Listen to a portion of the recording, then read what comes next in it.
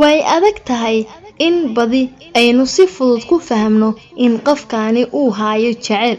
Haddaba waxaynu halkan idinkugu soo gudbin doonaa 8 calaamadood oo lagu garto qofka jacaylka dhabta ah haayo. Qodobka ugu horeeya waxa uu yahay 1. Qofka sida dhabta ah wax u jecel waxa uu ilaaliyaa una sharfaa lamaanaha kale ee uu jecel yahay si ka badan si uu u daryeelo naftiisa. 2.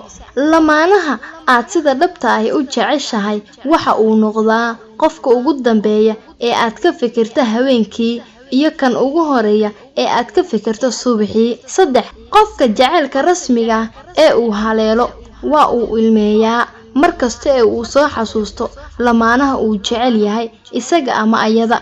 Markasta ee uu soo dhaco telefoonkiisa iyada ama asaga waxa uu jecel yahay in uu noqdo codkii lamaanaha uu sida dhabta ah u jeclaa. 5. Haddii uu og yahay halka uu joogo lamaanaha uu jecel yahay masaafadee doonta ha jiree waa uu u hiloobaa waliba isagoo u taga. Marka uu ku soo eego lamaanaha aad jeceshahay ee indhahaagu ay qabtaan indhihiisu aad ayaad u naxdaa wadnaha ayaana ku garaacma. 7.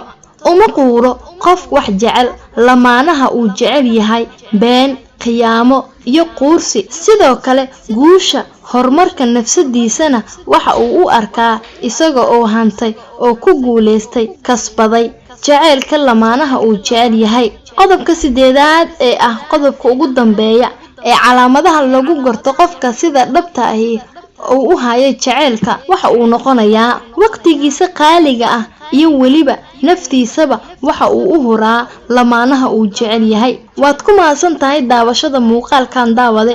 Haddii aad ku cusub tahay channelka Hargal TV ka mid noqo saaxiibada inagu xiran oo subscribe saar channelka lana sii wadaag asxaabtaada kugu qaaliga ah.